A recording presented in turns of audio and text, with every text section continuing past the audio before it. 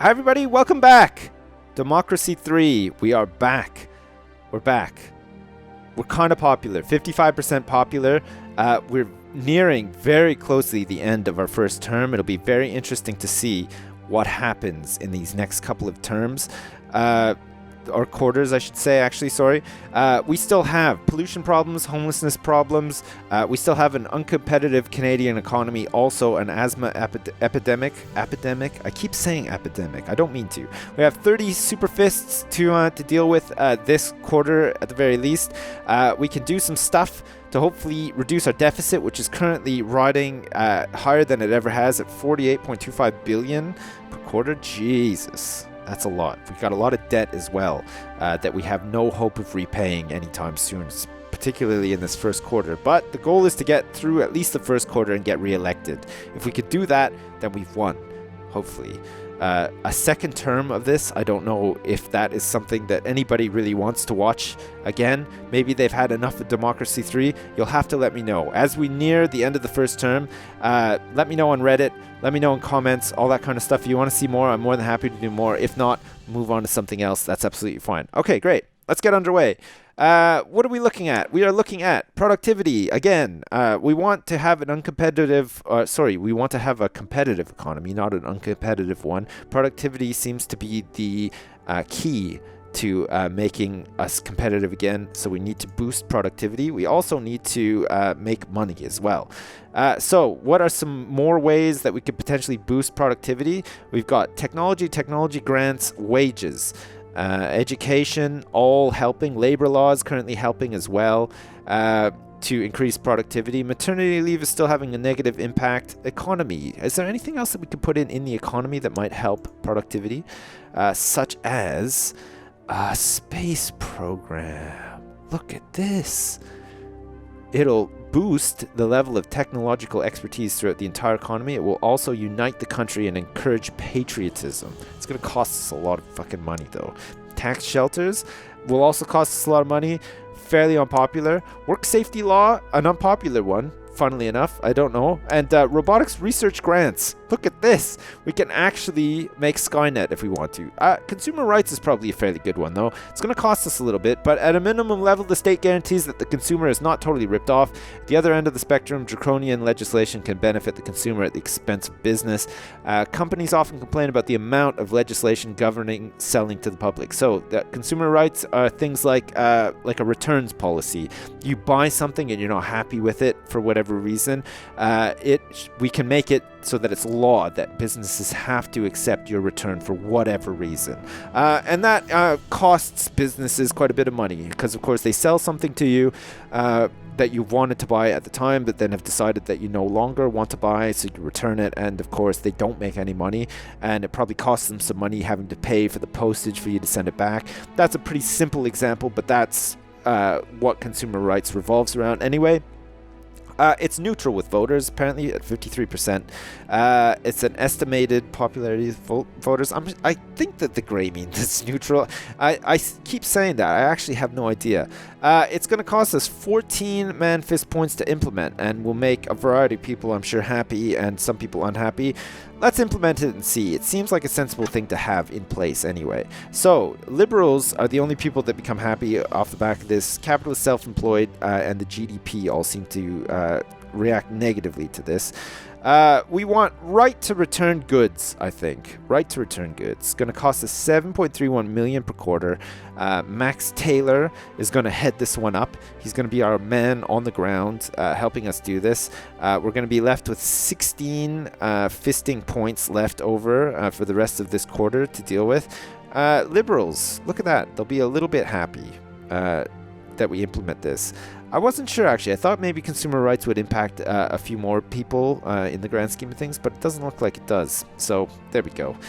We'll go with it anyway. We now have consumer rights in our economy, which it can't be a bad thing. It's got to be a good thing, right? No? Anybody? Just me? Public services, we need to find some more stuff that we can potentially make some money off of and also gain some popularity off the back of as well. Recycling is unpopular. All of this stuff in economy seems to be unpopular. Tax hybrid cars, luxury goods, plastic bag tax. For some reason, the plastic bag tax is unpopular, and I guess that's because you'd have to pay for plastic bags at stores and stuff. Some places have already done that. I don't know if you live somewhere where that's happened. Where I live, that's happened. You have to pay for plastic bags and stuff, and it's supposed to sort of incentivize you to reuse plastic bags. Of course, me being really lazy, I don't reuse plastic bags because I don't want to walk around everywhere with like a fistful of empty plastic bags every time I go shopping somewhere. So I end up just buying new plastic bags, and now my apartment is just filled with plastic bags that I don't use and I've had to pay for, which is crazy actually. Adult education subsidies, free eye tests. Look at this. It's going to cost us a lot of money to put this in. We're going to give everybody free eye tests. It's essential in providing a health safety net for all. It's 62% popular with voters. This could be our ticket to ensuring re-election. Free eye tests. Who would have thought that it would all come down to free eye tests? It's got to be a good thing. Look at that. Oh, look at how many people become happy off the back of this. Steve Martin, of course, is rubbing his hands with glee underneath his desk there. This is the cutoff point. This is his desk. He's got a tall desk. He puts his chair down low because he's really tall. The poor benefit from this. Also, socialists, poor earnings are increased. Retired and health in general gets a big boost from this. Poverty is bitten into as well, which is good. The wealthy and capitalists do not like this, however, nor do they seem to like anything really. So that's fine. Let us increase this slightly. Look at this. We're going to increase it to high. It's going to cost us in the region of 300 million per quarter. We're going to settle at that stage right there. It's going to take us 1 quarter to implement this. Good old Steve Martin is going to work his butt off to make sure that this gets in before the time of re-election. We're applying changes. Yes, we did it. Free eye tests for everybody. People will be so happy. We have 8 fist points left over. How are things faring in our cabinet? Is there anybody we can get in instead of Sophia Howe for transport minister? And is this the right time to be reshuffling our cabinet so close to an election? Probably not, actually. I think we're going to have to live with what we've got. What about tax? Is there anything else that we can maybe start looking into that will give us some more money? Look at this one. Mansion tax. Probably not something we want to do. Luxury goods tax. Probably not a good one either. Internet tax. My God. Governments are tempted to levy taxes on such transactions in order to level the playing field. However, opponents of an internet tax complain that such a move would cripple the high-tech economy and do enormous harm to the country's competitiveness. It's not something we want to do. Graduate tax, we could potentially make some money off of. Creates a disincentive to study purely academic subjects and the arts, as well as penalizing ambition.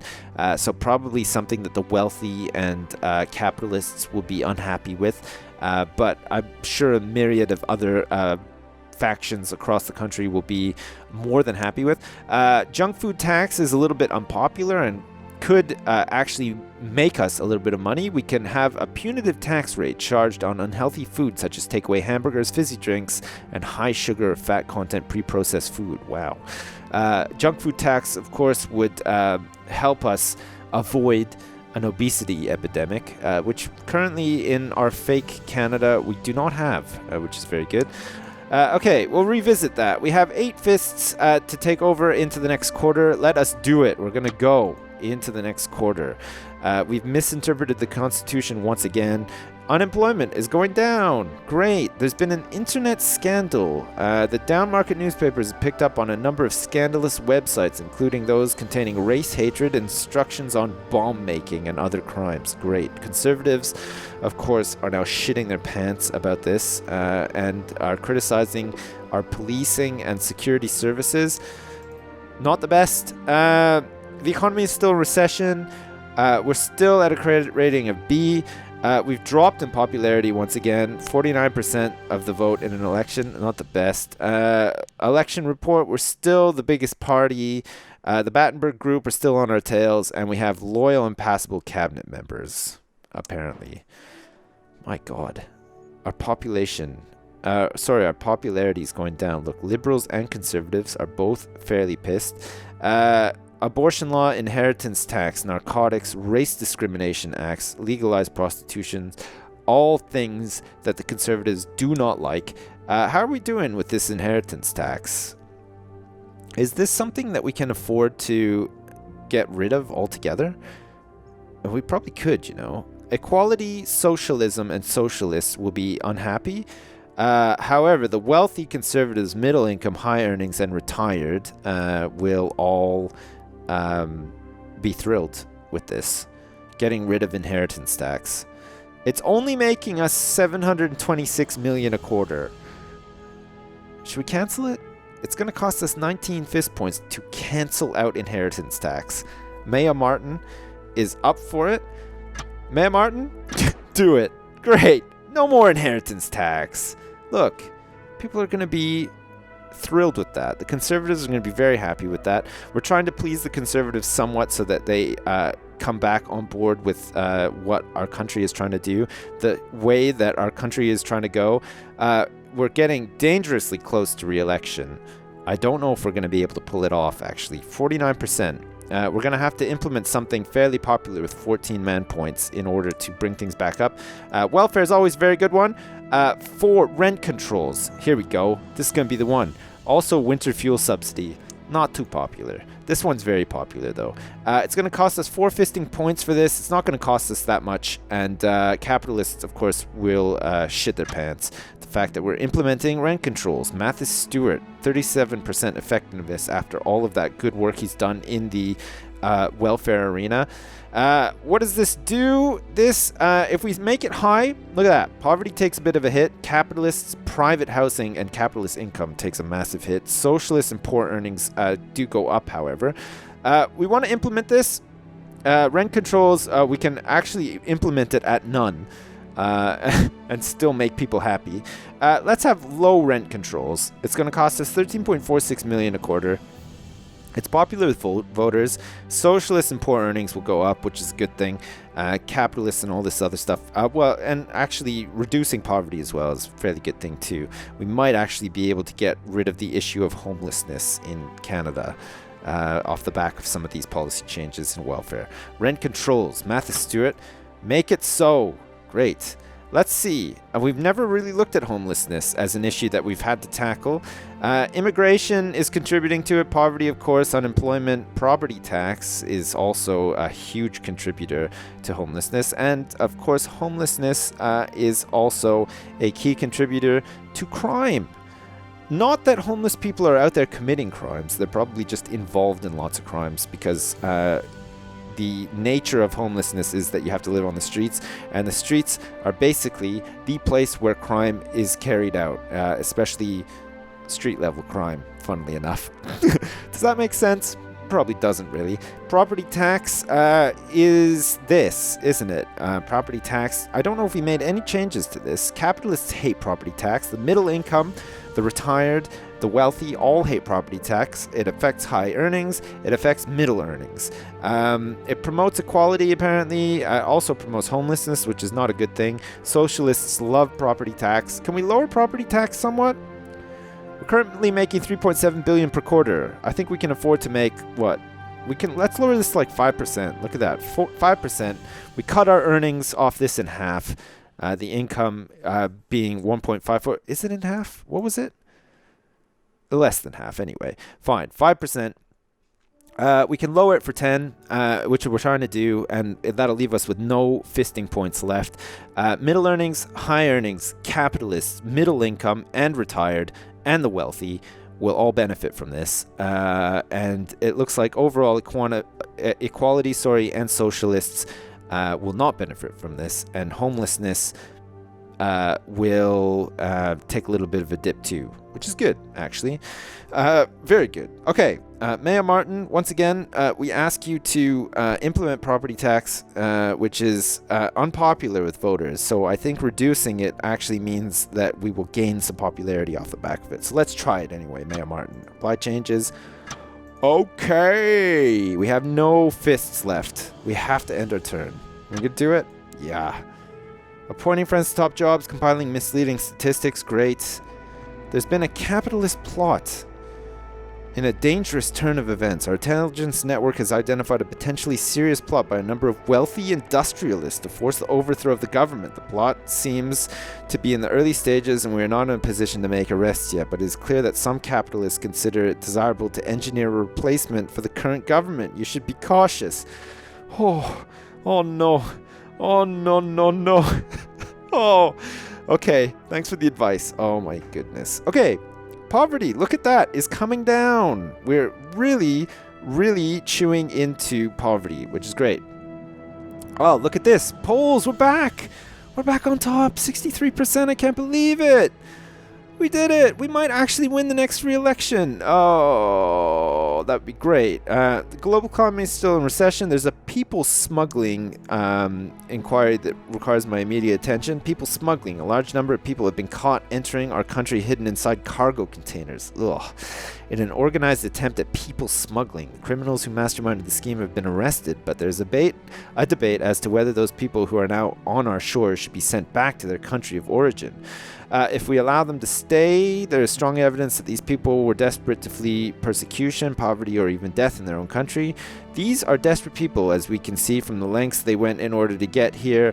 It would be inhumane to deport them now they are here. And of course, if we deport them, letting these people stay would send out entirely the wrong signal to people who want to come here illegally. We have enough of a problem with illegal economic migrants as it is. Unfortunate though it may be, the only sensible choice is to send them back. It's a tough one. It's hard to say which option here is going to make me more popular as a prime minister as well. I would say that deporting them could potentially be a popular move because, of course, people do not want us to send out the wrong signal to the rest of the world saying that we're ready to receive all of the people that want to leave their countries illegally and immigrate into ours. Of course, the humane thing to do would be to allow them to stay as well, knowing full well that they're trying to leave the countries that they've left for a reason, as it states. Unfortunately, though, and maybe this is the wrong move, but we're going to deport them. Bam! Oh my god. Nothing like a decision. Holy shit. I hope that wasn't the wrong move. We're still the largest party. 63% of the vote. Great. The Battenberg Group, becoming increasingly more of a threat. The Battenberg Group have gained 66 additional members. Not the best, really. But there we go, 63% popular. Conservatives on the rise. They seem to really like the fact that we changed property tax. How has overall homelessness fared as a result? Look at that, it's coming down. It's nowhere close to the stop trigger. There's probably some other stuff that we can implement to almost eradicate homelessness. Property tax, we made some changes to. State housing is helping right now tackle homelessness. Unemployed benefits as well. Have we actually ever looked at these? This is very popular with voters. 81% popular with voters. This is, of course, benefit is a state benefit given to everyone who is able to work but cannot find employment. Socialists regard this as a minimum safety net for workers out of work because of the whims of the economy. Most countries have this. Most developed countries, as far as I know, have some sort of unemployment benefit. I know Canada definitely has in real Canada, unemployment benefit, as does Britain and even Jersey as well, where unemployment is almost non-existent, funnily enough, but there still is benefit if it's needed. It currently costs us $1 billion a quarter to maintain a low level of unemployed benefit. We can raise that to medium. Of course, poverty takes a bit of a hit, and homelessness takes a hit as well, but the capitalists are not too happy with us. Of course, the capitalists are now engineering a plot to overthrow me because they're so unhappy with me, and I keep making policy changes that further make them unhappy with me.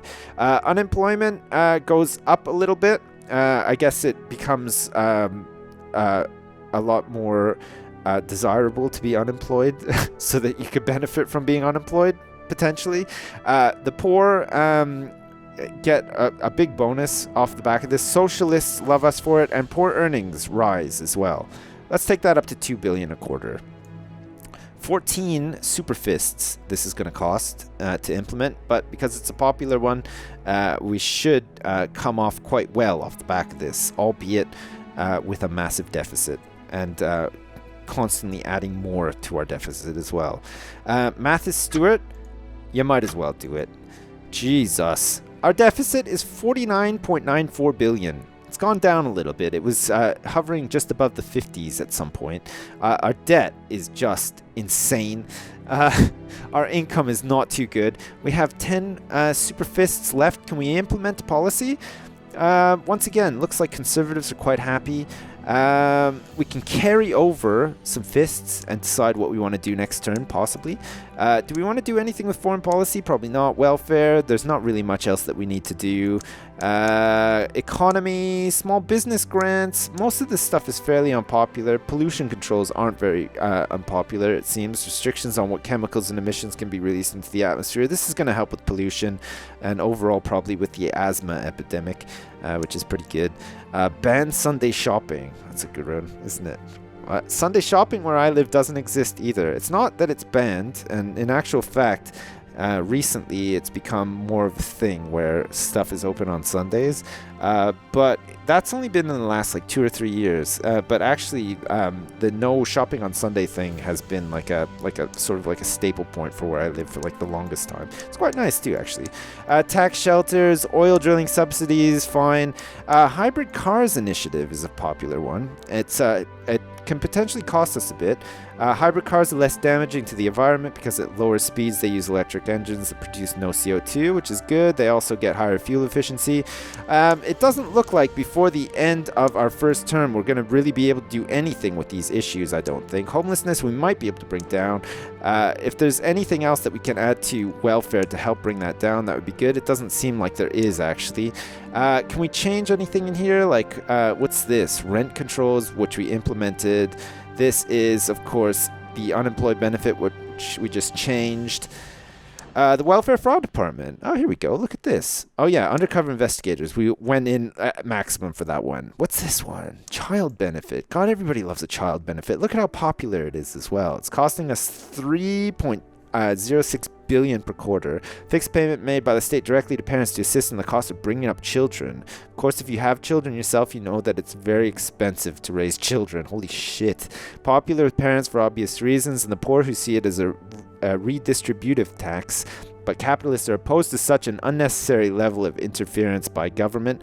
It's a popular one, and it's one that we can probably afford to bring down ever so slightly. Look at that. We still maintain a bit of popularity, but the capitalists are happy with us bringing that down a little tiny bit. Poor equality, parents, liberal, parents, poor earnings, and parents' income all come down ever so slightly. It's going to take us 2 quarters to implement this anyway. It doesn't really matter. It's going to use up all the rest of our man-fist points. Mathis Stewart, do it. Great. He's done it. Oh, okay. Let us go through to our next... Actually, no, we won't go through to our next turn.